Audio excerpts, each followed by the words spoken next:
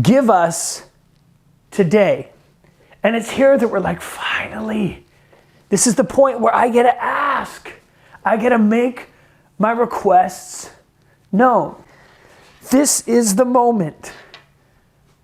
And what we would think is finally I get to get my requests made known. Jesus instead is like, well, I want to request something of you.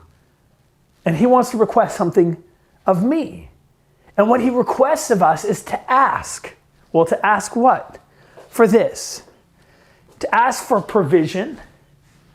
To ask to be pardoned. And for protection. He's going to request in this verse, right? Provision, pardon, and protection. And so first we're going to start with provision.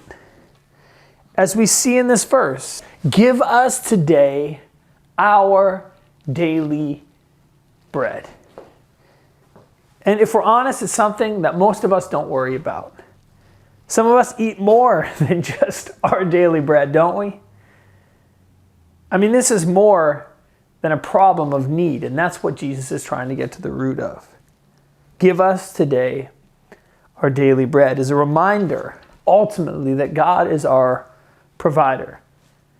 Not just of what we eat, but of everything. And these few words, give us today our daily bread, to Jesus is asking us to declare our dependence on God. Daily is pressing and it's urgent. Bread is ordinary and plain, just that which we need. And for many of us across the screen, we might not suffer from lack. I mean, we have computers in our pockets. We call them phones, but we primarily use them for other functions other than calling people, right? They're still called phones, but they're computers in our pockets. I mean, you're across the screen watching on a device of some kind.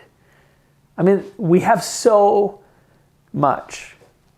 And what Jesus is getting to, further than what some may lack, and the reality is that some of you on the other side of the screens, you may have lack in your life. There may be things relationally. There might be things financially that are lacking in your life, maybe even health, that you have a daily need. But for many, we even have so much access and so much excess to things. And even if we don't have enough today, we still have credit. I mean, but none of this prayer, if we're honest with ourselves, none of this prayer even makes sense when we live self-sufficient and comfortable lives. I mean, this is such a big deal for us culturally. And we get in trouble because of not our lack, but our excess of certain things. We begin to take what we have for granted. We expect things, certain standards. We feel entitled. Consequently, we become ungrateful. And if we're not careful, we stop asking ourselves, as followers of Jesus, questions like this. Does our lack of daily need contribute to our daily neglect of the Father?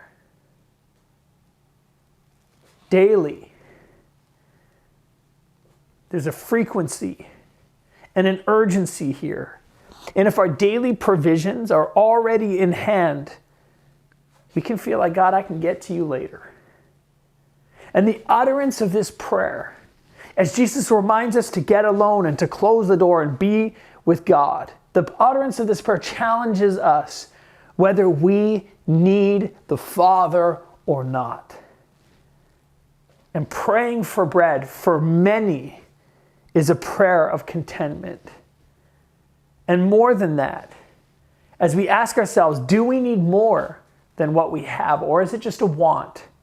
Could it be that the reason we have more than our daily bread, could it be that you and I, in our excess, would be willing to be the answer to somebody else's prayer for daily bread?